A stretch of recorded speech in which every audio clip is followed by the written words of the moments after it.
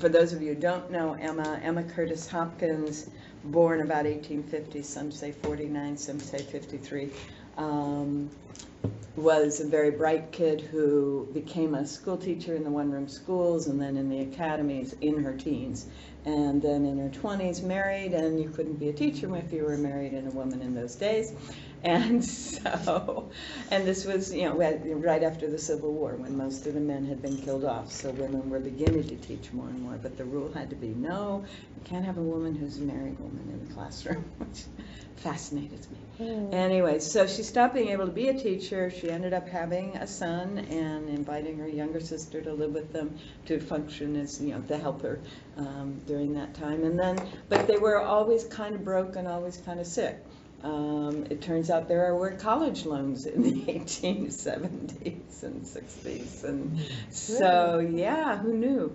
And so by the mid-1880s, they were living in a little tiny house in New Hampshire, and their next door neighbor came over and said, I'm inviting some people over for tea, would you come? And she went, and it turned out to be an opportunity for Mary Baker Eddy to talk about Christian Science. Now, what Emma was very good at teaching was Greek, Latin, literature in the original language, and she loved teaching math and science. She understood chemistry at the time, she understood geometry, she was really good, she loved the logical proof. And she knew there was no way that what Mrs. Eddy was telling her was actually happening. So is your app on? Mm-hmm. Yes, great, thanks. So she basically said, yeah, oh well, that was a wasted afternoon, and went home. And then a month or two later, the family was ill again, and they didn't have a lot of money, and what they did have was not doing them any good with the various medical people. And the next door neighbor said, please, please, please, let me try to help here, let me do something. And the next day, everybody was well. And Emma went, oh my goodness. And so she wrote a letter to Mary Baker Eddy saying, I need to understand what happened and I need to hear it from the teacher's lips. Because we're still paying off my husband's college loans, we don't have any money. So would you mind if I took the course and then paid you from my proceedings as a practitioner? And Mrs. Eddy let her in the class. And so by the end of December of that year, which would have been 1883, 84. I'm not entirely clear in my head right this moment which one it was, because she completed the course at the end of the year. It was a 6-week course, from good Christian to healer, in Mary Baker Eddy's basic training. It's like, okay. So she got certified in the basic training and started practicing in February. Her ad is in the Christian Science Journal, and what she does is she does a trade for room in the metaphysical college that Mrs. Eddy was running at the time, and starts helping out on the journal, in the Christian Science Journal. So she moves into the editor of that journal, and is very popular, very well read, very understood. And then in 1885, in September, she wrote an article in which she was praising Mrs. Eddy, and it was something like, of all the great mystical writers, Mrs. Eddy shines the brightest. Now you'd think that would have been a pretty marvelous yeah.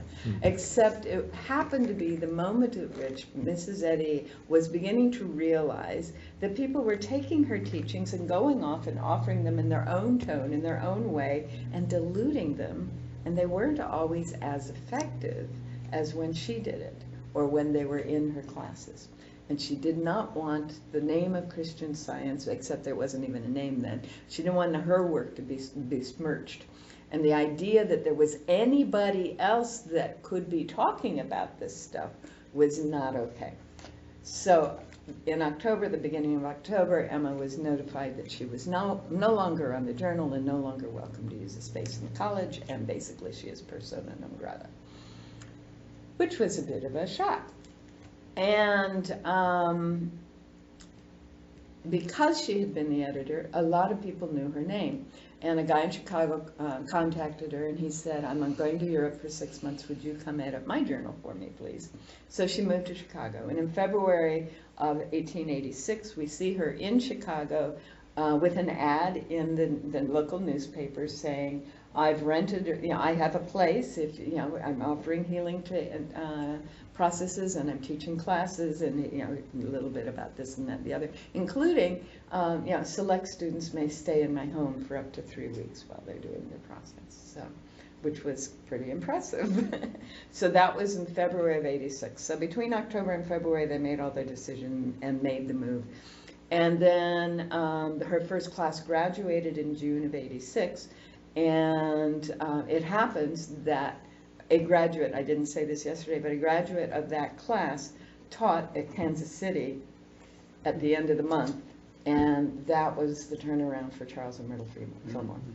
So E.B. Weeks, one of Emma's first students in Chicago, is the first person to actually make a difference in the Fillmore's lives and begins to create unity. So, so that's Unity branched off of that? Unity exists because Emma taught the Fillmores. Oh.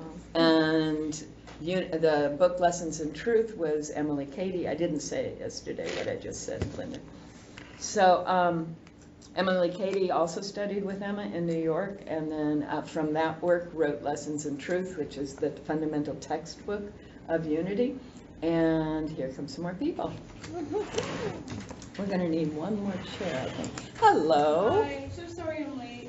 Well, you missed the biography of Emma, but you can get that anytime. I take full responsibility. It's okay. Here you go. Thank you. Your name, please, and what brings you here? My name is Liz Bird. I came here because Callista told me about it. Oh, you're amazing. I'm a curious person. I would like to check it out. Okay. Well, this chair seems to be for the person who walks in after the bio. That's what happened yesterday, too. Nice to Welcome, Liz Bird. What's your name again? My name is Liz Bird. Isn't that a beautiful name? Yes. Thank you.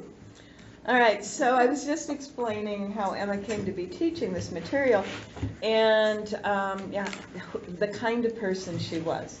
In your book, you're going to find all kinds of good things. But what she, ended up doing was for the next 20 years run seminaries and teach classes out of Chicago. And it turns out there were a lot of people who were affected by her, and we'll talk more about that next time. What we have here, there's our Coos Bay person. We need, yeah, thank you. Hi. Come on in, just grab a chair and put it in here. That's great. Thank you, sir. So this is Larry from Coos Bay. Larry? Hello, Larry. Sorry to crowd you up here. You're not. Yeah, the L people sit on that side. Yeah, I see that. Larry. Linda, Larry, Linda. Right. I'm an L too. Yeah, no, let's put it over here Well, too. I'm J, so that's Come on an over. Thanks. Okay. All right.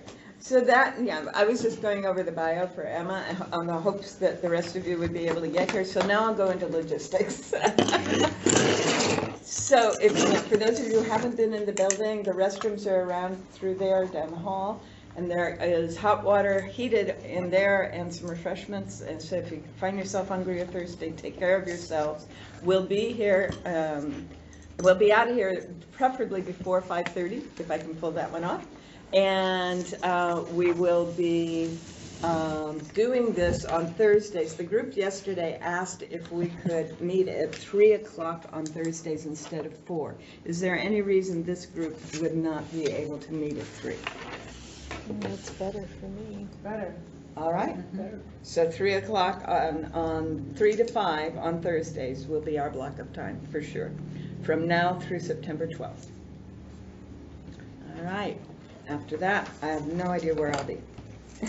That's a catalog of the various Emma books this particular publisher puts together. Do I need one of those? And then you get one of those. Okay. Absolutely.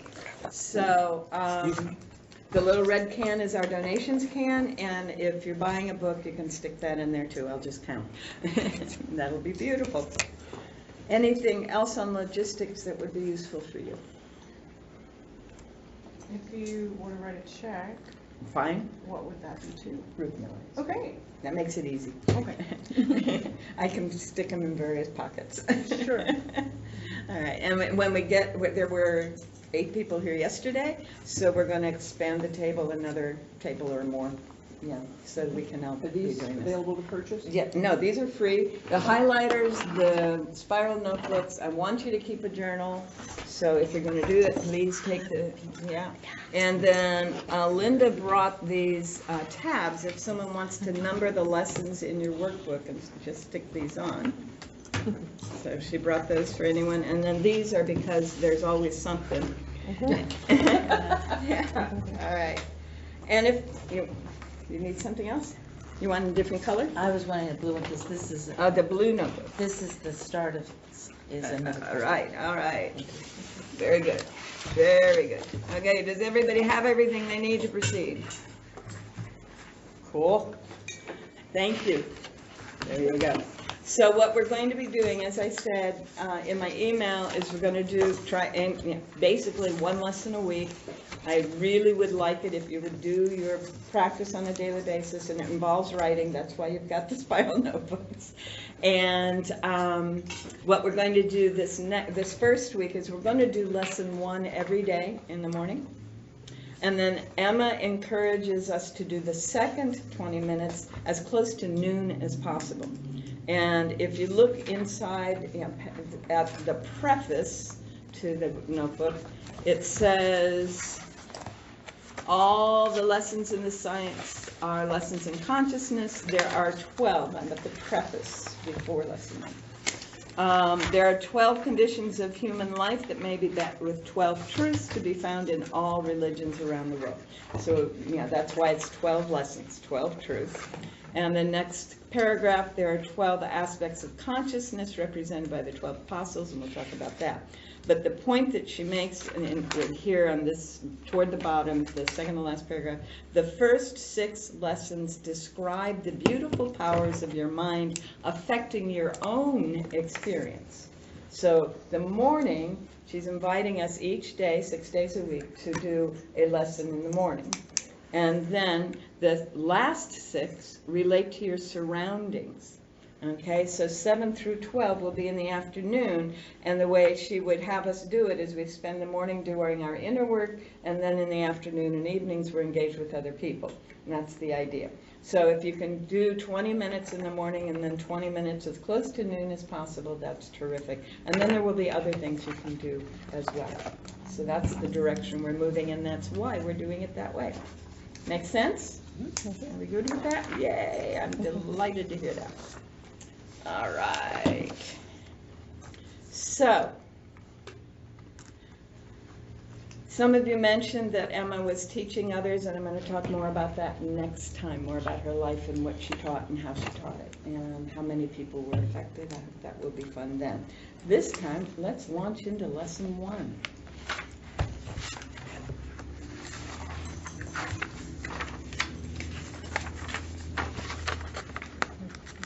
Returning to our true nature. So whether it's Emma's work or Emily Katie's work, or even if you look at Mary Baker Eddy's work, or any of the people who were using these 12 concepts, you'll find that the first one is always this foundation, the statement of being. God is essence. We are existence. Being, esse in Latin, E-S-S-E, E-S-S-E means to be. So essence and existence. And so that's the statement. And the ground of being, the statement of being, the foundation. So the first lesson, I need to say out loud, normally when we have lots of time, I let everybody read a paragraph. But we're going to be kind of pushing it a little bit. So I'm going to highlight certain paragraphs in the time that I'm with you and explain them and offer, and you can ask questions or whatever. Does that make sense? And then I'm going to invite you during the week to read the next lesson, and if you have questions, make use of the fact that this is a workbook and there's room.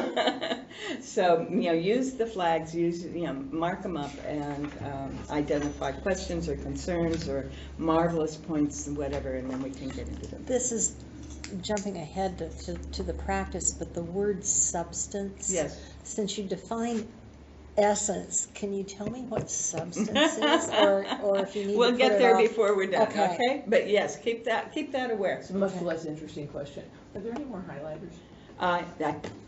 You don't need it? Okay. Well, I don't want to take We one can away. share, we'll Yeah. share. Yeah. You guys share, Thank you. we'll Right. share. There we Thank go. you. There we go. Cool. Yeah, I brought 8, and we have more than 8 people in the 2 groups, so I'll get some more. All right, so the first lesson then gives us the foundation idea, the truth of our being. Right? The truth of our nature. It's the statement of being, that which is. Right? And that idea that it may be found in almost the same words through all the sacred books of the world. Okay? It's present in all the religious traditions. And this is very fundamental. One of the things that Emma did, as I say, she's read a lot of the mystical writers. She actually went into the Zendavesta, the Tao Te Ching, the Upanishads, the Bhagavad Gita. She quotes from them periodically, but then she also has read the Christian mystics from all the way from Oregon all the way up, Origin, depending on who's talking, and then the pre-Christian mystics in the Greek tradition. So for her, these are all her friends, and if you've tried to read her books, most people get lost because she doesn't ever explain who these people are. Antiochus did this, or so-and-so did that, and Democritus said this, and who is this? Or Plotinus says this. So what I managed to do when I was putting this together was take several of her books, merge them, and in the process, find the daily practice. Because the daily practice is not evident in her book unless you are reading, going along, and she says, so, because of that, take Tuesdays to do this, or we'll take 1 day a week to do that, and you have to figure it out. So I explicated the daily practice, and it's at the back of each one of these lessons. So that should make life a little easier. All right, it's in all the religious traditions, and she went and checked it out. And what she's trying to help us to do at our core is begin to get a foundation idea that is so contrary to what we're taught. And the 3rd paragraph says it. If I heard the unspoken sentence lying like a hidden jewel beneath your thoughts about the things you don't like or don't have, I would hear, there's good for me, and I ought to have it. Now, when she says ought, what she's, in this case, in almost every case, she is saying, I have every reason to expect. She's not saying I should in the sense of I should go out and get it. It's in the sense of I have every reason to expect that I can have it. You having problems here? No, Okay. I am trying to find a pen. I hope that doesn't distract you. I have another pen. Okay, great. I just try not to leave with it, because I am known for that. Yep, I understand. One went out the door yesterday. Okay. All right. So what she's aiming for then is there is good for me. Somewhere is good for me. And I ought to be part of my experience. I have no reason to expect it not to be part of my experience. If it's not part of my experience, what's going on here, right? So there is good for me. So the next paragraph, everything moves and waits for its good. The prince reels drunk for the banquet hall, seeking the good he believes he ought to have. The thief works in the dark, running from the daylight, seeking the good he thinks he ought to have. Everything is every one of us, no matter whether it's something we think is a good thing in our normal way of thinking or is not, is actually trying to find the good, right? The prince is drinking too much because he wants to feel good, right? Lots of people drink too much because they want to feel good, right? The thief, this is the only way he knows to get his good. This is what he grew up doing, right? And there are parts of the world where whole families do exactly what their family has always done because it's the only way they know to support themselves, to have their good, right? So in the next paragraph, she says, why do you move your right hand? You move it to get your good, right? Why do you breathe? You breathe to get your good. Why do the stones lie still and wait? They're waiting for their good, right? Has anyone here, I didn't do this yesterday, but has anyone here ever attempted to tap into the consciousness of a stone? Yes. Oh, good. Oh, yes. Powerful. Yeah. And you get that sense that, they know their good is on the way or is already there or something. Yeah, that's very cool. It's very slow, though. All sentient beings, even the stones. Yes, exactly. Okay, so all beingness, she's saying, every aspect of beingness is, anticipating good, is expecting good, has every reason to expect the good. Okay, so you see in the next paragraph, so you see that the good does everything, draws everything. All that you are, all that you do and say is determined by the good you seek. Okay? If I hadn't felt that going to college would give me the good I seek, you guys wouldn't be here right now. This wouldn't be happening, right? If I hadn't, if you guys hadn't felt that there was something here that was good you have been seeking, you wouldn't be here right now. Everything that we do, whatever we eat, whatever we pick up, whatever we, whoever we connect with, it's seeking good. And it's drawing us, and as she points out, it's beginning to shape us as well. Okay? Since the good that you and I aim for governs everything we do, the good we are seeking must be our creator. Same paragraph at the end, right there, 4 lines up. The good we are seeking must be the creative process, if you will. And that's a Thomas Troward concept. The creative process in the individual is God. So it's pulling us, and we are shaping ourselves. It's shaping us to be who and what we are. So good and God become one. This is a very different way of looking at God as good. This is saying whatever we're calling good is God, which then woke me up to putting God's before God, right? Because if I think my good is in this relationship and I leave all my spiritual stuff out, I've just placed a God before God. If my good's in the job, I haven't got time for the spiritual practice, right? That's what we've been doing with culture. We've been making material things our gods instead of the one, all that is, whatever. Now she quotes Moses at the bottom of that. Moses said that in the beginning God created all that is and it was good. Okay? He could say it because it pushes and pulls us. So the creative process is working through us all the time. Right? All the time. There is no time when we are not being drawn toward our good. Even when we go to bed at night, right? We're seeking our good. We're seeking rest. Or we're seeking pleasant dreams, or we're seeking something, right? So, in the next paragraph, the good that we seek, I'm at the top of that page, the good that we seek is the intelligence, the precise combination of words that brings us forth. In short, the good you are seeking created you. And when we get that, then good and God become interchangeable. The statement, I'm seeking my good and my good is my God, is a simple truth. I'm seeking my good and good is my God because it draws and pushes and moves me on. Everything that I am, everything that I show up as, everything that I experience is this very same stuff. We are, each one of us, the unit around which our own good swings. Okay, the next paragraph there. So I'm going to skip down a little bit to the middle paragraph, as we acknowledge that the good we are seeking must be our God because it pulls and pushes us all the time to see if we can't get closer to it, we must find ourselves better and better satisfied. Nothing can resist this very first proclamation of truth if we let it be spoken through us. So it's an omnipotent idea. We must be better and better satisfied as we recognize everything I am doing is seeking the good, and so seeking the good and the good itself that I am focusing on has become my God.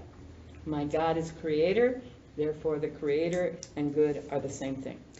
If it's pushing and pulling us to get closer to it, doesn't this imply that we're separated from it? Mm-hmm. And this is the one issue that comes out in the Emma work. She's inviting us who believe we are separate, and she speaks in that language, and giving us opportunities to experience not being separate. Okay. Yeah. All right. So the next paragraph, it's an idea that's in everything, everywhere. So you speak an omnipresent idea when you say, I seek my good, right? If all beingness is seeking good, then the seeking good process, the creative process of seeking good, the creator is present everywhere. Right? So our good, which is God, is omnipresent, everywhere present. It is omnipotent, all power and all powerful, and it is omniscient, wise beyond wisdom. Now, how is it that? And the way I like to think about it is, I am three-dimensional. I live in the space-time continuum. That part of me which is drawing and pulling and pushing me on is not my normal thinking and not my normal material work, which is in the space-time continuum. So that part must be outside of space and time. So it has access to all thought, all wisdom, all intelligence from all time, and therefore it has all wisdom, all knowledge. Science means knowing, so it's all knowing. And when I was growing up, I thought omniscient meant he was looking at me all the time. Well, yeah. Yeah, but that's not what it's saying. The good that we are seeking, the good that is our satisfaction, our fulfillment, is omniscience. Right, okay. All right? It is everywhere present, omnipresent.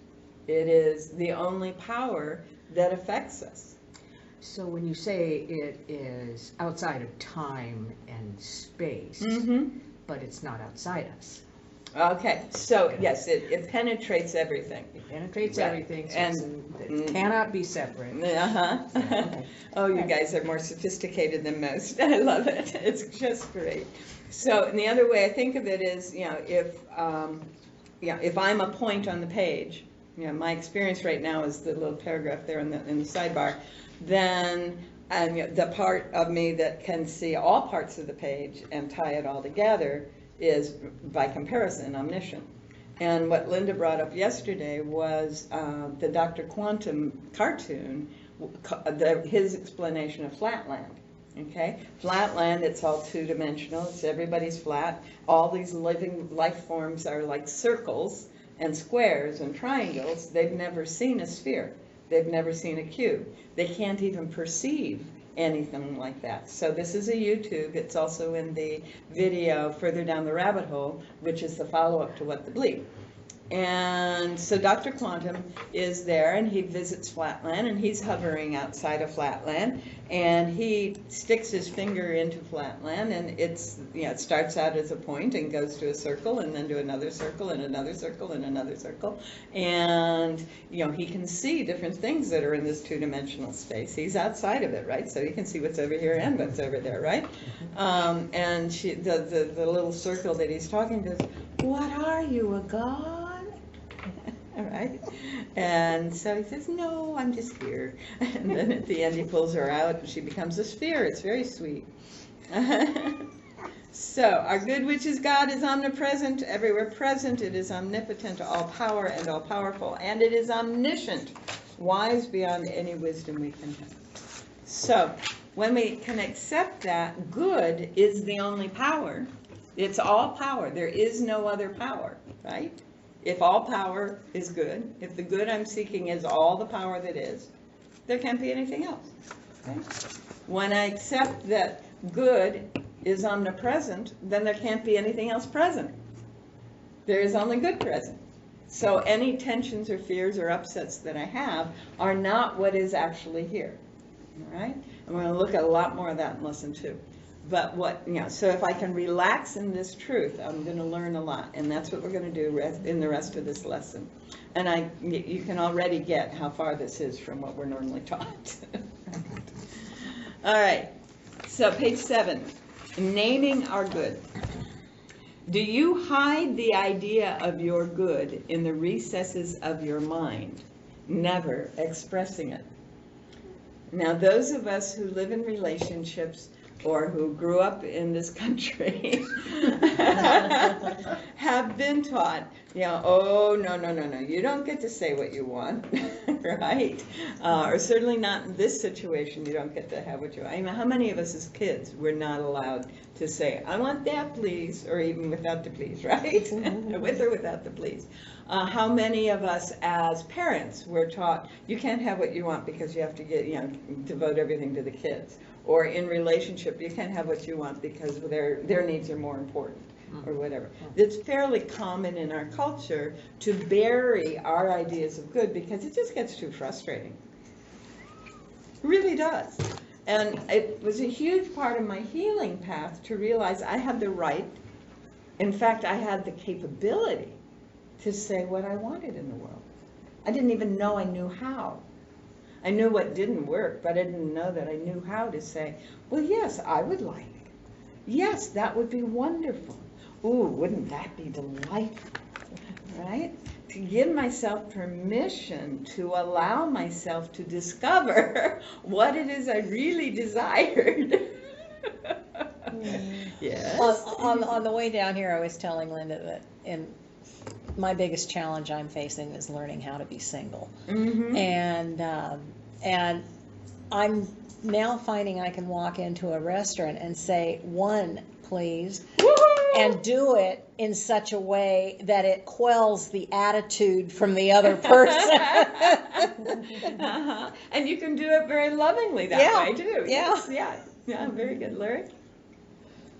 If the good is omnipresent, omniscient, and omnipotent, I think. Yeah, omnipotent. Where does the not good come from?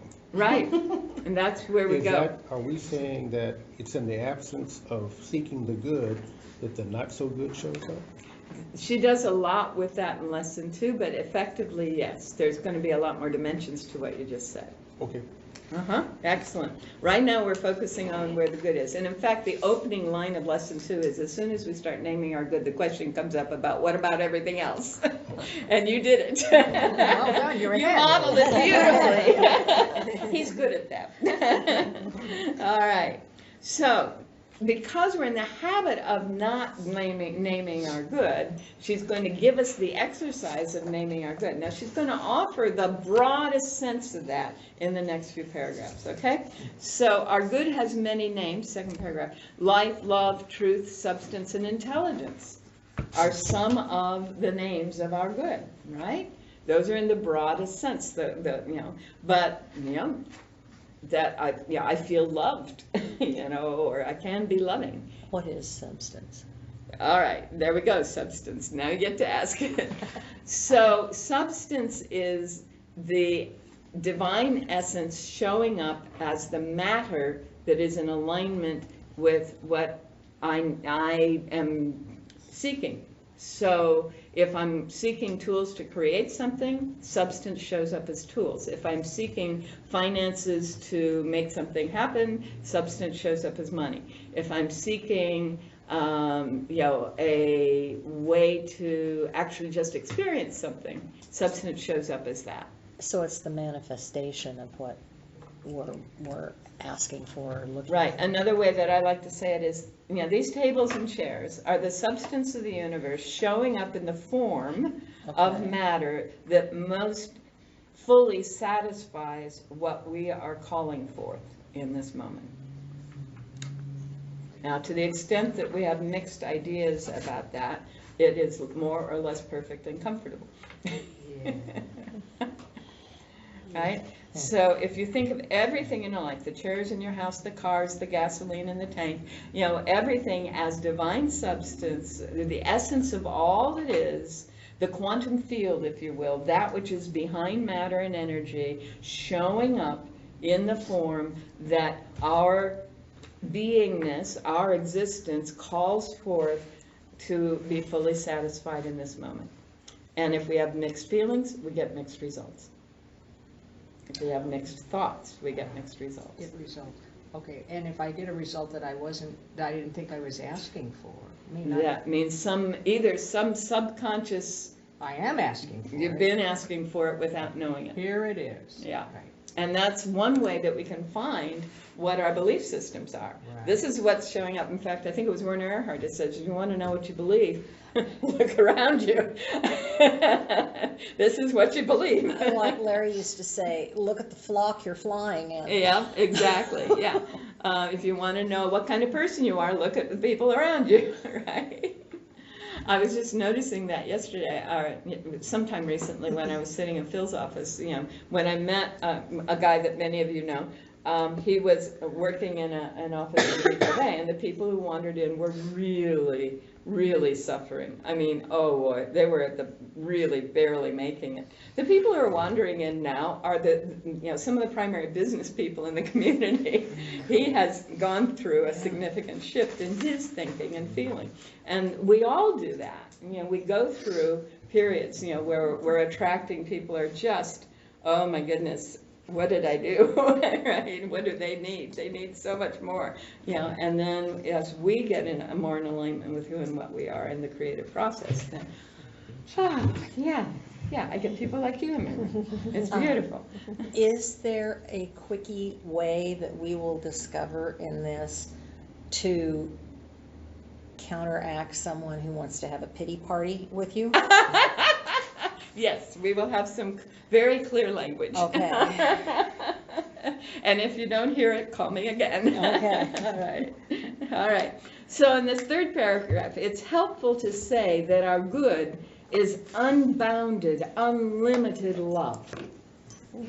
Wow. Can we allow ourselves that? Can we allow ourselves to feel totally open and totally in love with life?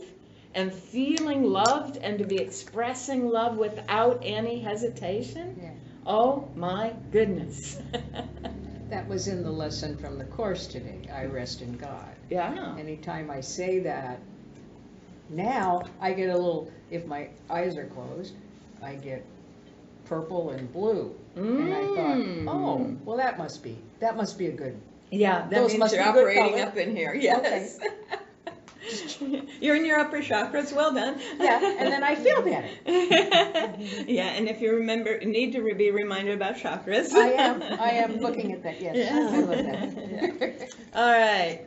So the next one, all things instinctively seek for love. Love is the highest name of God.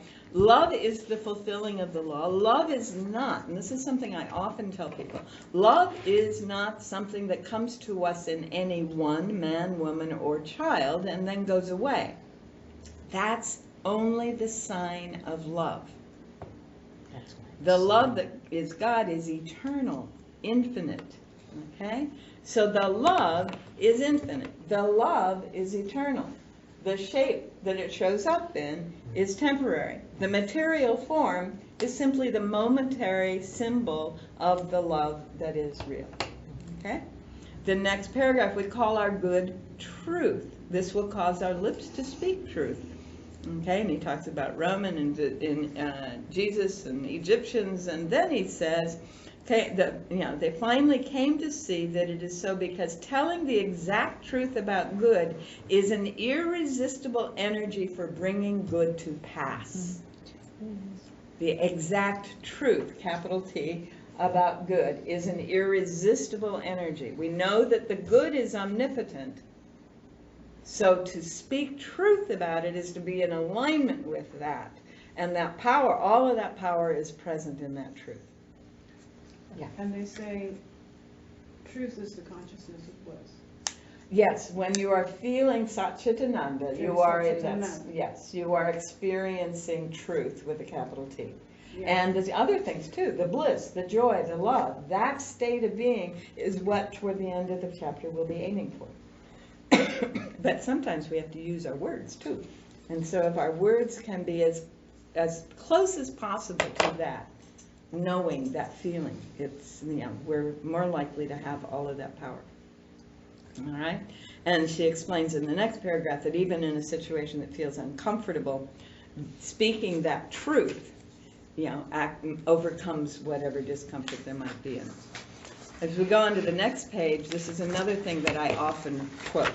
and not so much in this age group, but certainly with my younger folks. It's not truth to say that a man depends upon any kind of work for his support. His work isn't the good he is seeking. God doesn't work in the lie that someone tells when he says he's seeking a job. God works in truth. So if you're out there praying for a good job, you're not speaking truth. If you're saying, I'm an infinite being and I have access to infinite resources and meaningful work feels good, that's a lot closer to truth, isn't it? Yeah. Or, omnipotent and omnipresent good must be here now and the only power working in my life. That's a truthful statement. If you're saying those kinds of things, you're more likely to have the good job, or to have the relationship, or to have the income shift, or whatever. Yes, Larry? I'm smiling because you hit the nail on the head for something for me. When I was unemployed and looking for a job, I was just looking for something to take care of the bills and keep me from being homeless. I did not look at the greater stuff that was possible. And initially, that which is truth, that which is good, that which is God, gave me what I asked for. Until I recognized, there's something more than just doing a job. Right. And I migrated to the job I stayed with until I retired. Interesting. That's exactly how it works. Right. Interesting. Thank you. Wow. Mm-hmm. Well done. Thank you, sir. All right. And then the next paragraph, you can name God your good as free, unlimited health. No material process can bring health, but by a metaphysical process, health will quicken and thrill all humanity. All right? So when I know that health is the truth of omnipresence and omnipotence, then things work out well. And sometimes it ends up looking like a surgery or a medicine because substance takes the form that most fully satisfies my particular being in the moment, right? And sometimes it looks like someone spoke the word and I'm healed. Yeah, and that's the direction we're moving. I wrote a note in the margin under health will quicken and thrill all humanity. Health is contagious. Nice, I like that. I remember when you did that. Excellent. Okay, so the next paragraph is the next section, experiencing our good. How shall we arrive at our good? How shall we get hold of our good? Not by working with our hands, for countless ages of such labor have failed. Right? People have not been fully satisfied when they have focused on, I got to work to get what I need and want. So it's failed. And in the other book that I'm going to start bringing in pieces from, she's even more detailed than that. Yeah.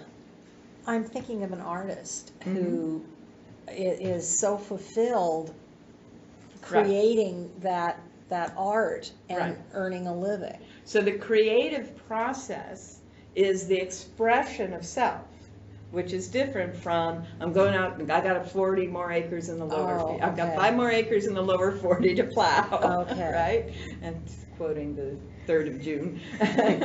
It's funny, I cannot, this year was the first year in 25 years, the 3rd of June went by and I was not singing that song.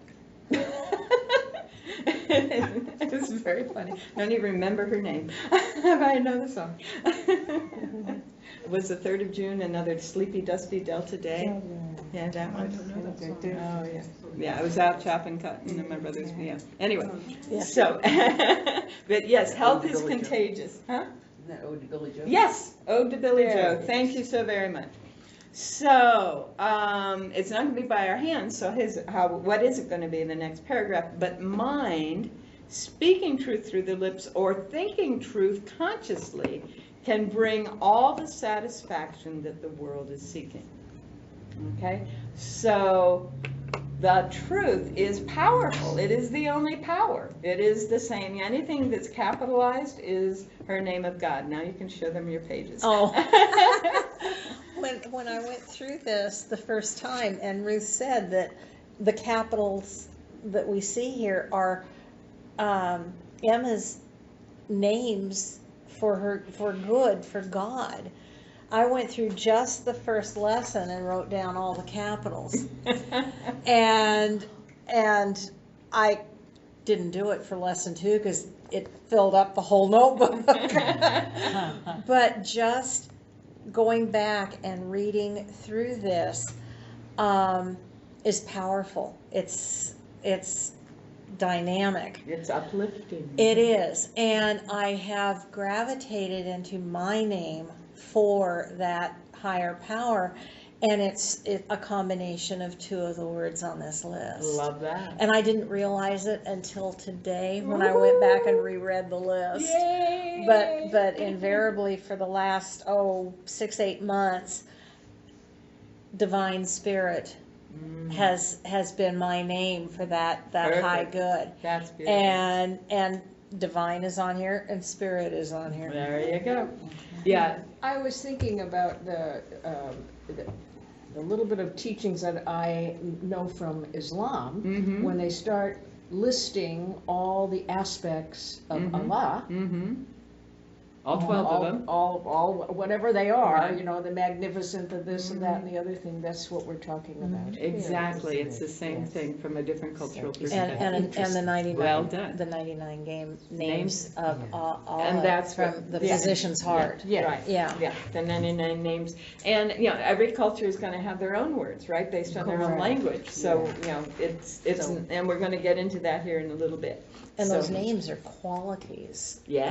aspects of Yes. that, not Also. the title, not the form of address like Your Highness and that kind of thing. Although highness and majesty are Yeah. qualities. Excellency. But not Papa. All right.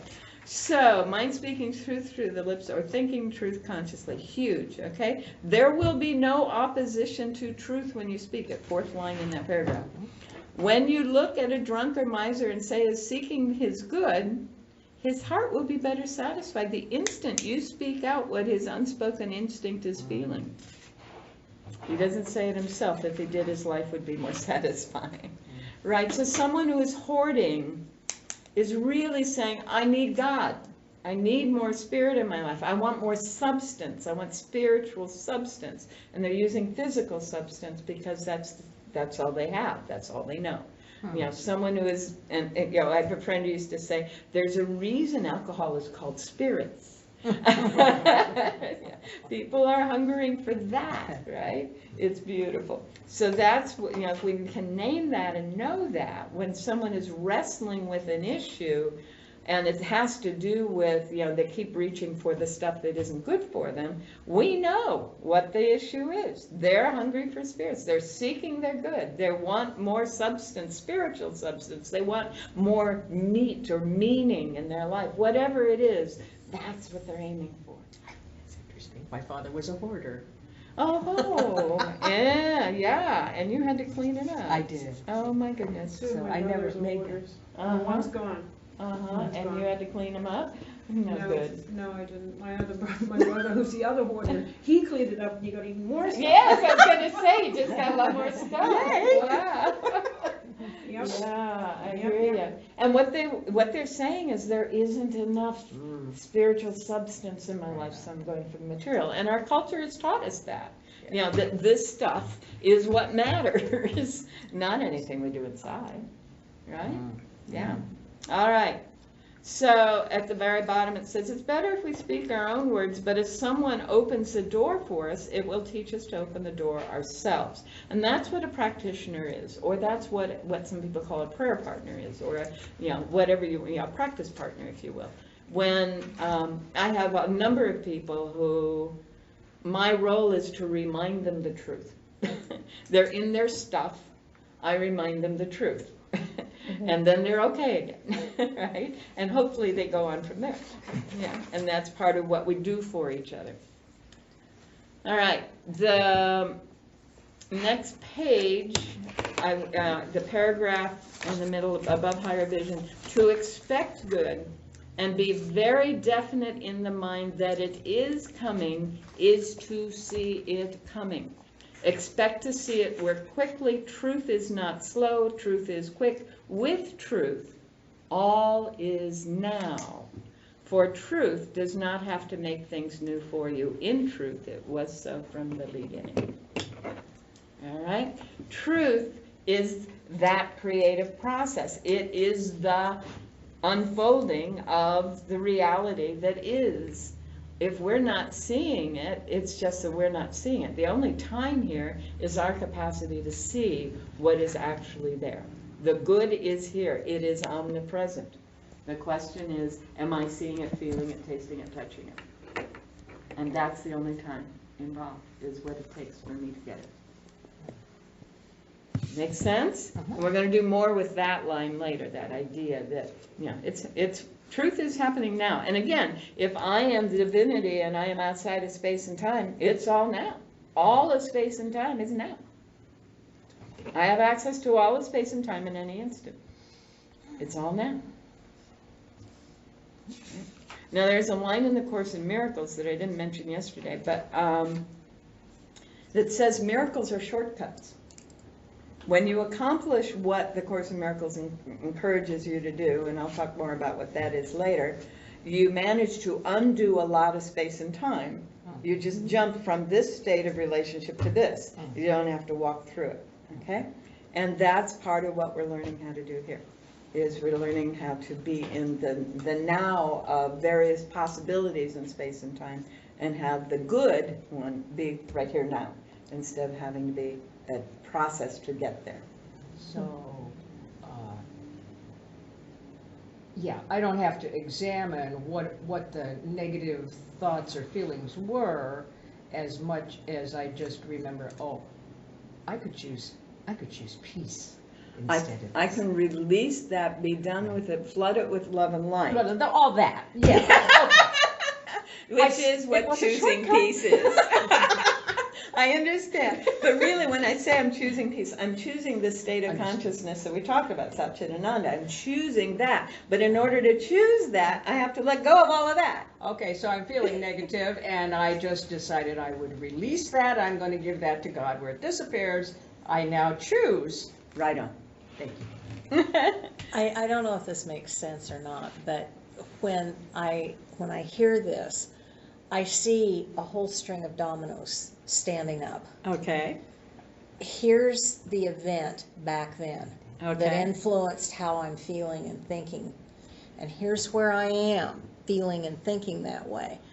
And the truth knocks everything down in between. They no longer are supporting Yeah, your it's now. not standing in the way anymore, and it happens very, very fast. It can happen. And closes the gap. Yes. Marvelous. And that's what Course in Miracles is talking about. Excellent, excellent, excellent. All right. So I'm going to skip over a few pages here. You can go ahead and look at, oh no, I'm sorry, I'm back on the page. I have to do 9 and then skip over a couple of pages. So higher vision, a higher vision. We all have the very subtle capacity to always, at any time, look toward the good, the source of our being. We always have this at any time, always. We do so with our inner vision rather than our physical eyes. After a while, the two line up, but we start with the inner vision, okay? This subtle sense, the spiritual eye, is the one faculty of our soul that we're always using. We are always looking at something with our inner eye. So the question is, what am I going to look at? All right? Does the inner eye always see good? No. Okay, so there is that choice even with the inner eye. That's right. So if I have been taught the world looks like this, it doesn't matter what the physical eye is seeing, I'm seeing what the inner eye is seeing, right? We've all been with people who don't see something that's right in front of their face, right? They can't see it because their inner vision is so focused on something else, they can't even see what's there. Confirmation bias. That's one of the ways it shows up, yeah. Okay? What was her statement? Confirmation bias. Right, confirmation bias is a way that shows up. That's ambiguous. Yeah, it's an interesting term. And there are any number of things you can see. And if the book, the Japanese story Rashomon, And if anyone remembers the name of the film that was made in America, that's the same story, I'd appreciate it. But what it is it's a series of 7 short stories. And the first story is, this event happened here. You just heard this a little while ago. This event happened here. Oh, that's interesting. And then you read the next story, and it's about an event. And then the next story, and you begin to realize they're all describing the same event. But they are so different. It is almost impossible that that could be the same event. It's like the story of the 4 blind men and the elephant. Precisely. It's Yeah. very similar. So I can only see what I can see, right? And so my outer vision is going to see what the inner vision allows me to see. Okay? The blind man assumes that this is all there is. That's the inner vision. This is all there is this rope or this tree trunk or this wall, right? It's, if the inner vision were opening to, wow, I'm feeling something, but it's got to be part of something else, then the blind man would not be that. And I actually have a friend who's blind, who was blinded in his teens, and he has studied with Bruce Lee's karate instructor, okay? Because he knows that he can have impact and be affected by stuff, out there, and he can sense that, and that's what the guy was teaching him. Okay, so the inner vision is what he's living from, right? And that story is perfect, absolutely, for a lot of people. Could you repeat that part about the outer vision can only See what the inner vision allows it to see. So if I'm focusing my inner vision on past pains and past sadnesses and past whatever, victim experiences, whatever, that's pretty much what I want to see in the outer vision. If a person is seeing things that are not in his or her best interest, why do they hold on to them? Because they don't know any better? In most cases, they don't know any better. In some cases, even though they have been told or shown there is a better way, this is familiar and therefore comfortable. Oh, okay. Like the abused Thank you. domestic partner. This is fascinating, because I always thought inner vision was positive only. I understand. So- But you have been training yours to be positive only, and that's the goal of this work. Okay. So is another, I just want to understand a little bit more. So inner vision, is that kind of like your construct of the world? Your construct determines what your inner vision is going to focus on, and that's why she wants this foundation to be in place. So if, as a child, I was, and we almost all were, trained to think that each person is isolated and alone, and it's going to be hard work to accomplish anything, and no matter how hard you try, there are going to be failures, and, okay? That's what I'm going to see in my inner vision about the world. Yeah. So what we're doing with this work is training that inner vision to see, oh my goodness, The good. yeah, could it be the good? And actually in the next paragraph, we talk about that. So it is a training, that's why we do the practice, to begin to focus on the good. Now, one of the stories that will come up as is some of the folks who became teachers of this material, they had miraculous events because they simply made that one change. What would change? The inner vision started seeing the good Okay. because of the practice of lessons Okay. 1 and 2. So it comes back to the I get to choose. Next paragraph. Thank It's you. up to you Okay. to choose. Ah. Whether to make your good your God, either the highest principles you can comprehend or the incidents and happenings of your everyday life. There's this wonderful line in the Joe Dispenza work where he says, if you wake up every morning and what you focus on is the problems you're having and the things you have to get done, then you will create a predictable future. It'll be more of those problems and the things you have to get done. But if, as she said, you focus on the highest principles that you can comprehend, then you're going to start experiencing more of those. Now, you won't be able to predict it because we've got no idea, really, most of us who've been caught up in our other stuff, in our junk, what our highest principles could be unfolding as. Most of us could not even imagine a heavenly life.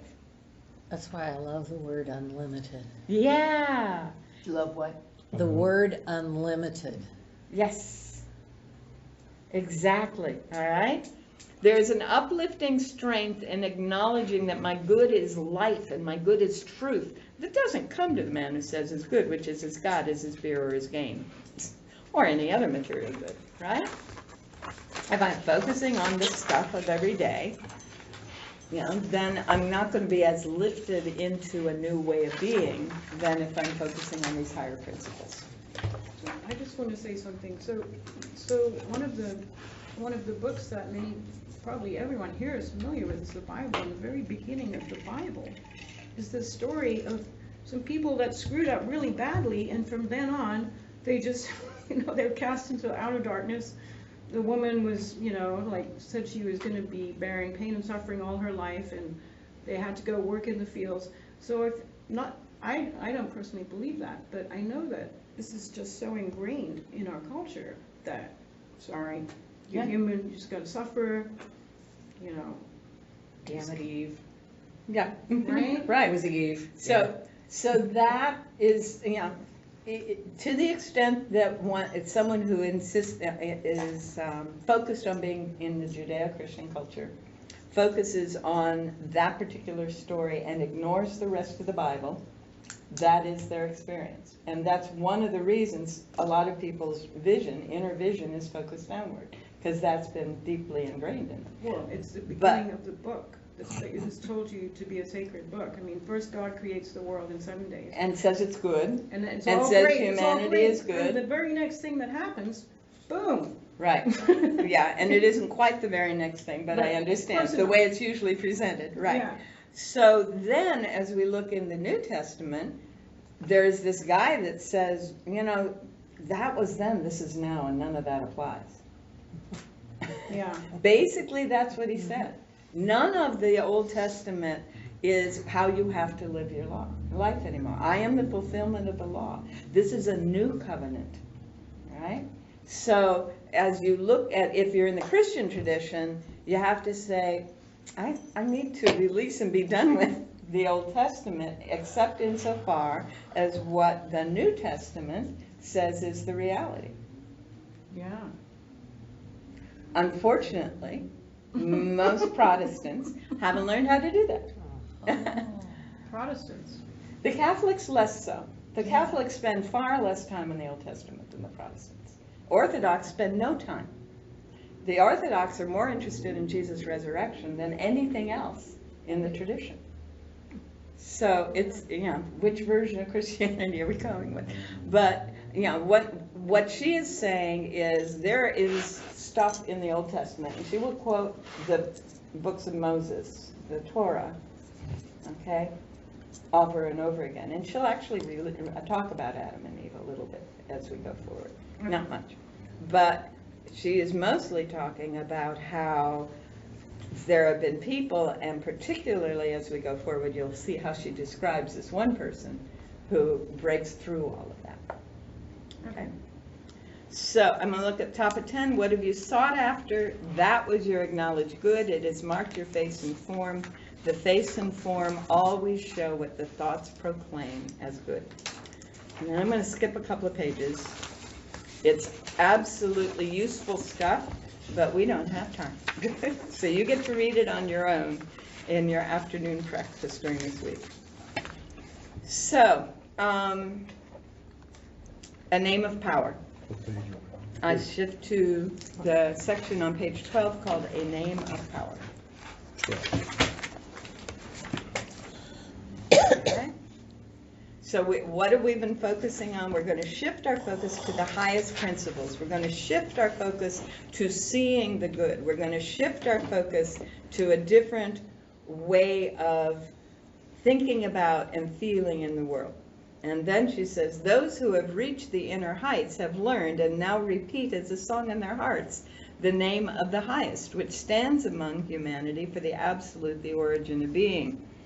Okay, this name was the heart song of Moses and Zoroaster. It's the name taken up by all who lift the inner eye toward the author of being. Okay, and then basically, whether it's Allah or whatever, right? It's not the full and final name of the cause of being, truth and spirit, for that great name is not yet known among humanity. It is not a word that can be taught. Our spoken words can only refer to a construct of the mind, an illusory being. Words, by their very nature, separate into units, make distinctions. That's what words do. But the all that is can't be described as distinction or units. And everyone who's had the mystical experience comes back and says there are no words, right? If you've been in that space, and even at a beautiful sunset, that words don't work, right? And that's what she's trying to get us in touch with, all right? The word God in the middle of that paragraph, for example, stands for many objects of worship, and the word spirit has many meanings. And then she quotes just a martyr. These terms, Father, God, Creator, Lord, are not names, but terms of address derived from his benefits and works. And so hence Linda's list of all the capitalized things, okay? So sages have taught from the remotest times that we have the name stored within us as concealed energy. Now, that word that is name in English is Shem in Hebrew. Shem o Yisrael.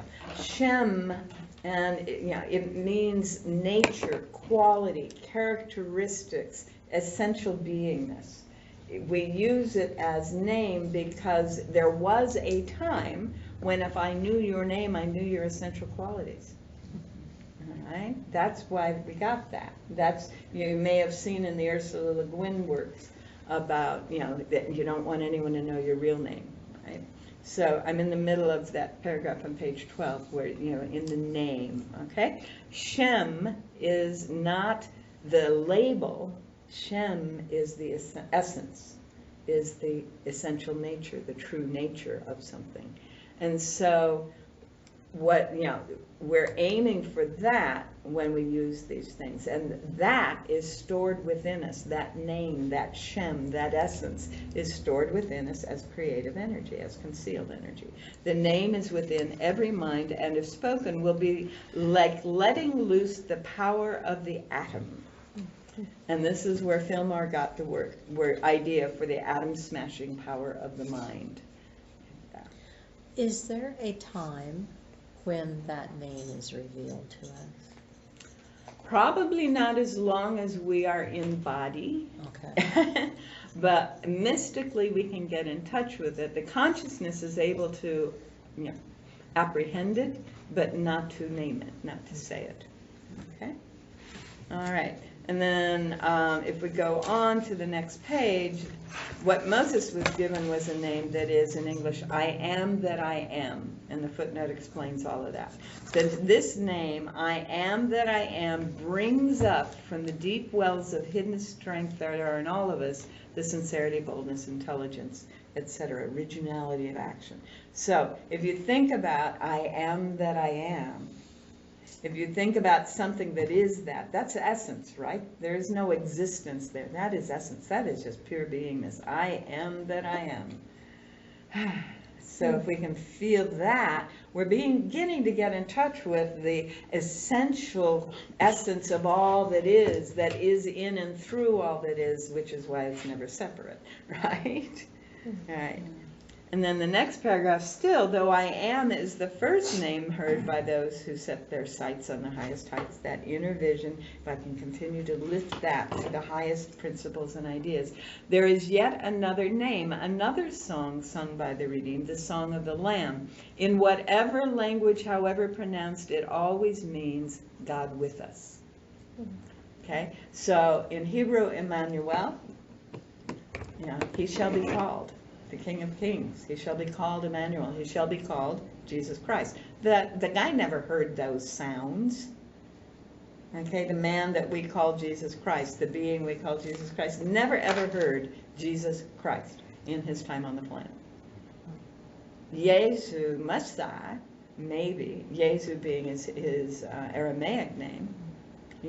Yeshua Messiah, maybe, Joshua the Messiah. but never Jesus Christ, right? And then the Greeks did Jesu Christe because Christos in Greek means the best. Oh, you know that. A little bit. That's beautiful. All right, but there was never a word in Greek of Christos. That didn't exist. It was created to apply to this situation. All right. So, those words, those sounds mean nothing. What means it to you? For Gandhi, it was Ram. Ram. He could get into that space then. With someone who is on the Kabbalah tract or the Jewish renewal, Shekinah. Oh my goodness, you can feel it, right? For someone on the goddess track, any of the names of the goddess, Inanna, Isis, or for a devout Marian, oh beloved Mary, Holy Mary. It really, what evokes that sense of, oh yes, that loving presence is here. Because that's what we have, both transcendent and immanent, which I'm going to be touching on Sunday. When Larry would do his Her husband was Larry. Yeah, sorry about that.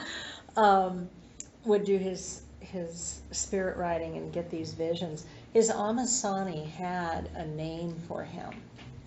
He never told me what it was. He said he wasn't permitted to tell me what it was. But she told him what it meant. Mm-hmm. And he would share different pieces of that with me. Mm-hmm.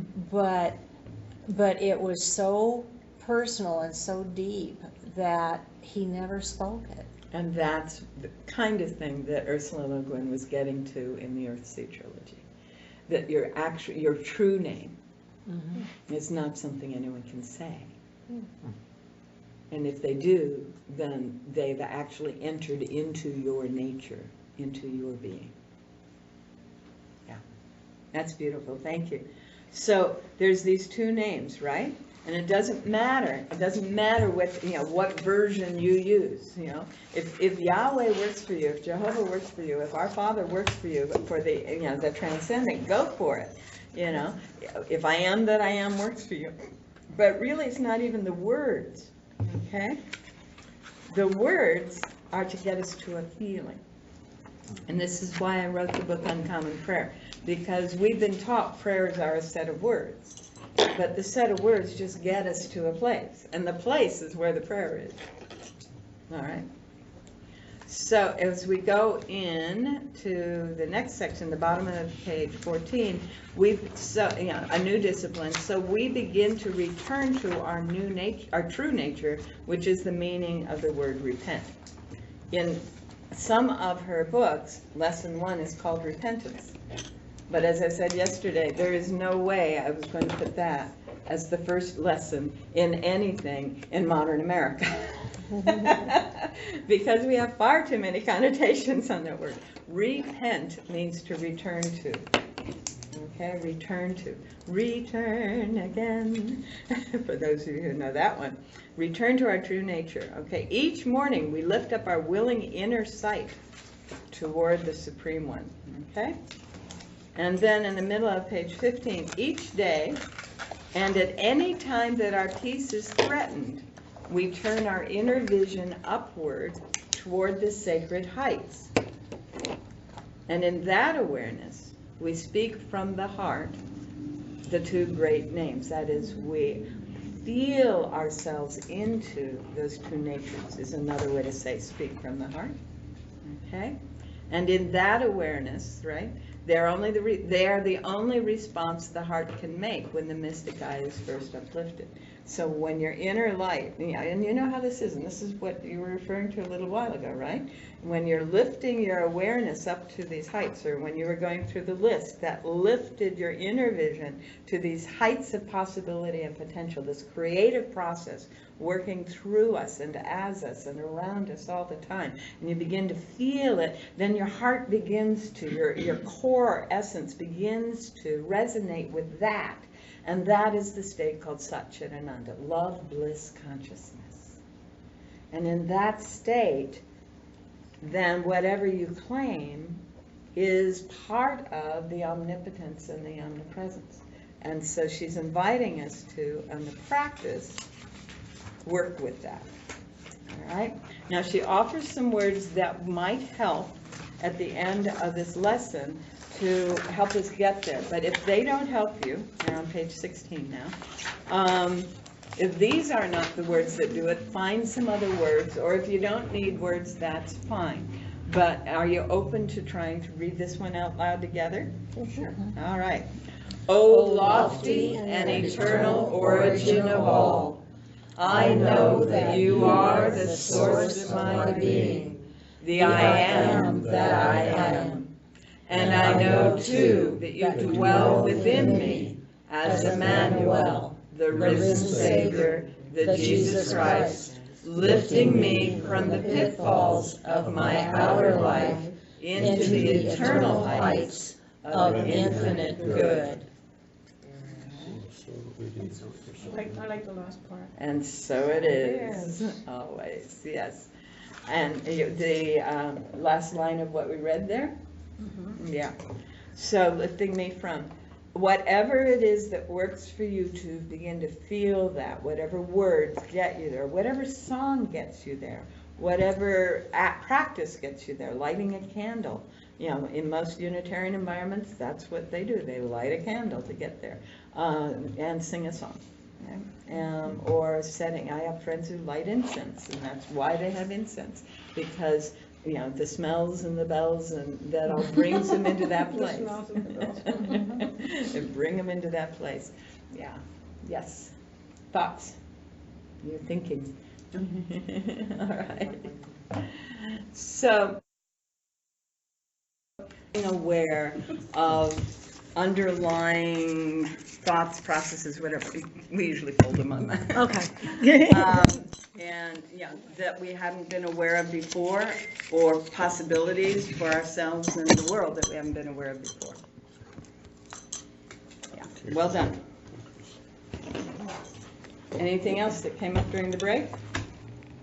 And after awareness comes allowing. Oh, good for you. Allowing. Right? Yeah, once you become aware, then you have to allow. Yeah. All right. So we will we will start allowing in lesson 1 in the practice. So that's the next page, 17. Monday mornings. So lesson 1 will be Monday morning, lesson 2 will be Tuesday morning, lesson 3 will be Thursday, Wednesday morning, etc. And so we'll be doing that as we go through. But this week, we're just going to do lesson 1 every morning. Okay, just lesson 1 every morning. And then in the afternoon, if you would do however much of you want to around lesson 1, but then start looking ahead at lesson 2 so that you have kind of looked at it before we go into class next time. That would be nice. All right? So Monday mornings, focus on being. Begin the week by turning your face from all the things, events, and people that call your attention and looking toward the highest good. Speak the statement of being. So the idea is to get into that place that we were just getting into. You know, I am that I am, and I feel the presence. You want to get into that state of being. Whatever words you need to get there, whatever songs, whatever, to get into that place. I know a number of people who have created a spot in their home, and just entering that place in their home, they begin to enter that space in their consciousness. That's what an altar is all about. Or a chapel. Okay? So the idea is to get to that place where we begin to feel that connection with the transcendence of all that is, the creative process that is through everything, and then also to begin to feel that loving presence in and through us that is always guiding and supporting us. So we feel that, then we start writing and saying some of the things that are on this page or whatever comes to mind. So let's read this one together, the bold text.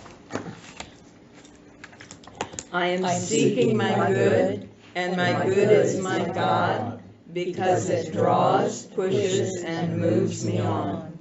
The good that I am seeking is my God. My God is my life. The good I am seeking is my abundant health and well-being. God is my health and well-being. The good I am seeking is my strength in all things. God is my strength.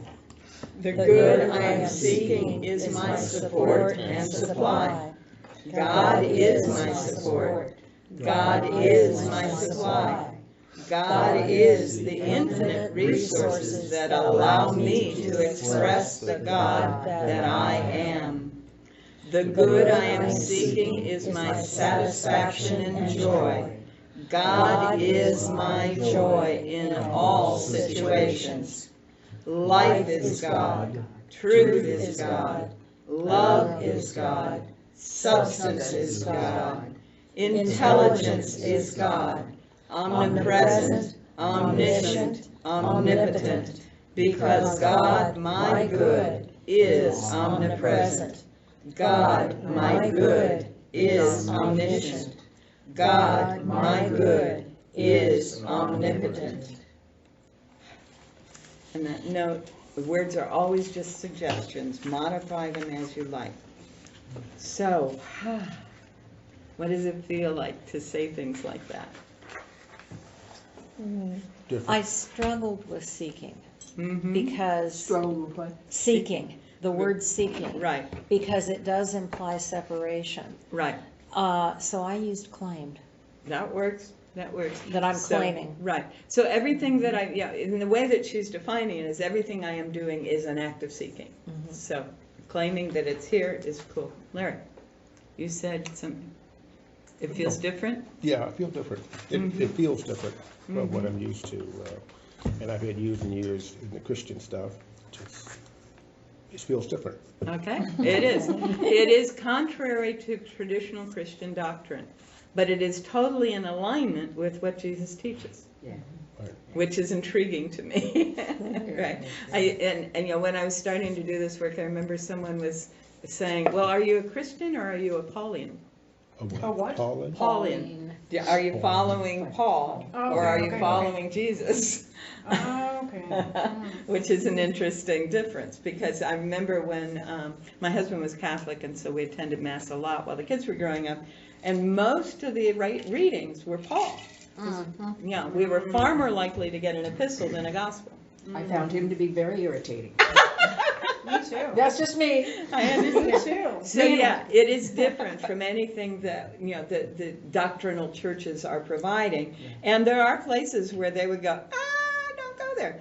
But she works the logic very carefully, as you saw in what we read. And as you read more, if you read more of lesson 1 in your morning practice, and you're more than welcome to do that, you'll see that. And as we work forward, we will be getting more and more in touch with the kinds of things that Jesus has said. So these words are suggestions. So you want to, explore what is the good that you are wanting to name. The other thing is this question of separation. Is God out there? Is God in here? So if you might want to use God in me in all of these things. God in me is my health. God in me is my strength. God in me is. That may be a way to bring it home that works for you. Yeah? It's not I, but the Father within. Is what we're drawing on there. Okay, so that's your morning practice for the week. And then as you go to the next page, she recommends this every day. After we are no longer doing this every day during this week, sit down at a certain time every day and write down on paper what your idea of good is, the highest ideas of good that your inner vision holds. This repetition will make it more real. Repetition is a huge part of what Emma is encouraging us to do, repeating these ideas.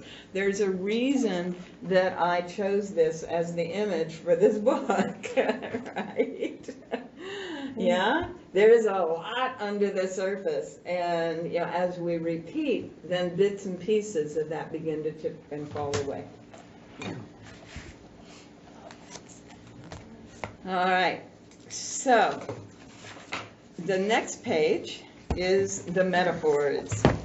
At the end of every lesson, Emma, who was very, very clear that everything is a symbol or a metaphor for truth. Everything. Every experience, every item, every number, every flower, every stone. Okay? So the number, each lesson has a number. It's lesson 1, it's lesson 2, and they have an energy. Lesson number 1, as it says, is the number of wholeness, of unity, the number of beginnings, the starting point, first impulse, creation. You know, 1. And one of the things that I discovered was that my name in all its variations always adds up to 1. And my name and birthday, you know, when you do the destiny numbers, they always come out 1-1, you know, 2 ones, the double 1, which is also a 2. And it's like, okay, I got it. No wonder people keep putting me in leadership positions when I didn't ask for it. Right? Apparently, I radiate leadership, whether I like it or not. Right? So 1 has an energy that people pick up on. And so this is the beginning. This has an energy, a first impulse. Momentum comes with this. Creativity comes with this. So every time you're doing lesson 1, you are beginning, you are opening, you are creating. Make sense? Yeah. And actually, I found a white agate today. You did? And it was on top of a little chanterelle mushroom. Very sweet, an agate on a mushroom. So the mushroom grew up under the agate. I love It was it. quite amazing. I And can it was like- imagine. I was like, I go to my spots. Well, this is the earliest I've ever gone. There I was. I was thinking it was a little early for chanterelle. Oh, no, That's it's a beautiful. special kind of chanterelle. Ah, got it. So the second paragraph is about the stones, right? So Emma drew on the Bible here. We have the beginning and the end. In the end of the Bible, the book of Revelation, there is the New Jerusalem, and at the beginning of the Bible, in the book of Exodus, we have the description of what the priests are supposed to wear. And they're supposed to wear what's called an ephod, a breastplate and an ephod, and it has a stone for each of the tribes of Israel. There's 6 stones on each side. And as you go through here, the New Jerusalem as described in the book of Revelation, meaning the emerging place of peace, New Jerusalem, Jeru, place of, Salem, Shalom, Salam, all means peace, okay? Anyway, John's vision of this great and shining city has 12 walls, each with a foundation covered in gemstones. The stone covering the first section is the opaque white stone of purity, Jasper, a form of agate usually found in riverbeds. It's also the last stone in the breastplate. And it's about the Benjaminites. Okay, so Linda brought this in because that came to one of the services at her church. And this is from Jerusalem, actually. This is the kind of white stone that is in Jerusalem There's a now. picture on the card that's inserted in there, if you look at it, that shows where this was taken from, and the entire mountain is this white stone. this white stone. Cool. So, you know, when it looks like the polished agate that's wet, it's shining, and then when it's like this, it's more like marble or something. So white stone, you know, white always means purity, right? And this is the representative of the tribe of Benjamin. And the tribe of Benjamin is associated with a number of interesting things in Hebrew history that we can explore sometime. And then finally, the apostle. So there are 12 disciple apostles, right? So there will always be, you know, an apostle or disciple for each of these letters, numbers, lessons. So in this case, she starts with Judas Iscariot. That's where we start. And I think that's very interesting. And what she's talking about is the intellect in relation to our divine self, our divine spirit, you know.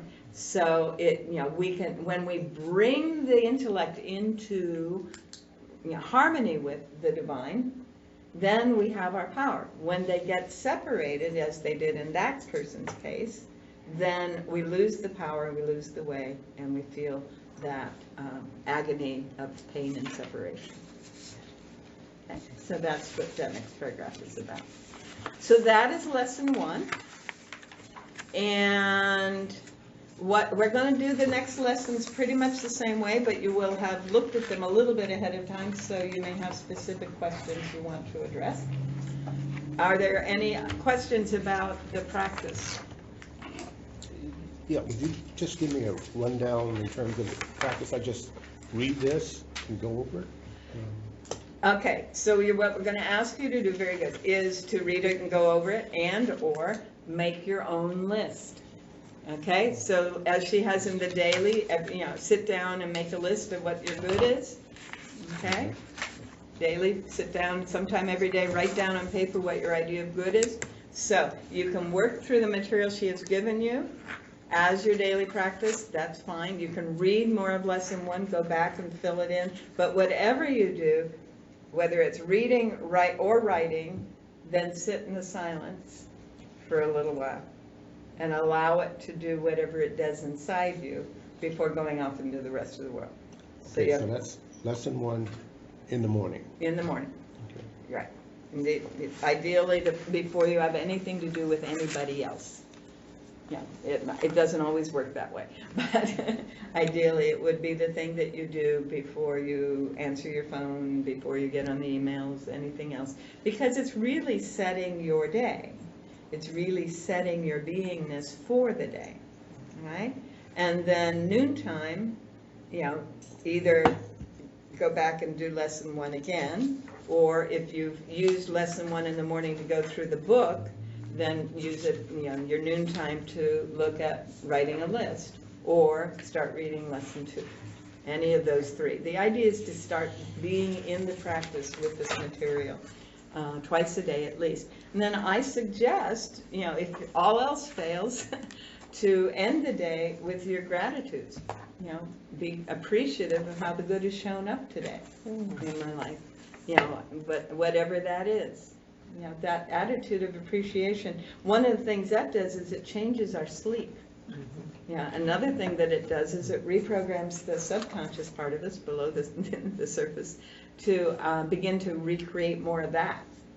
Because that's what it does, is it says, oh, you've been watching the news, you want more of that stuff, or whatever you're focusing on at the end of the day is what it tends to stay focused on through the night and begin to bring about in your life. So, do you feel like you got a handle on what we're going to be doing this next week? It's your own unique pattern, and if you feel blocked, contact me. I will be glad to walk with you through it. If you are in the middle of something and you just kind of go, I don't understand, let me know and I'll try to address it. But if you can hang on to it till we come back, then everyone will probably benefit from whatever your question was, right? All right. So I have a quick question. Sure. So the list, I'm not sure that really resonates for me. The list of the good things that you're seeking? Oh, no, that resonates with me. I That's guess all I you need to- misunderstood what the list was. Yeah. So daily, write down each day your idea of good is, what it is that feels good to you, what is good, and some of it's what you're seeking, and some of it's what's present. Okay. And some of it is just day-to-day stuff like, I wish I had shoelaces, and some of it is very high, I want to feel more oneness with the divine. And some of it is for the whole world, and some of it is just for me and my family. And some of it is, the plants in my garden. It's whatever comes to you in this day as a good that you are experiencing or ready to experience more of. Okay. And every day it'll be slightly different. Because every day you're different. And going back through the list is very useful. So that's what the notebook in part is for, not just notes about what we're doing in class, but it's for you to write this stuff down, and partly so that you will not lose track of it, because when you do it on spare bits of paper, That's right. it gets lost. That's right. Like this one? Done that. Your address on it? That we couldn't find. Oh, Something happened to me. Oh, I just dear. went and put my jacket on. Oh, here it is. Oh my goodness. Your adventure. I'm seeking my good. Florence Unitarian Universalist Fellowship, where is it? All right. Thank you all so much for a whole lot of things, for being here, for putting up with me, for being part of this, being willing to travel. All of you are traveling. And for the whole world, because every time you state truth, the whole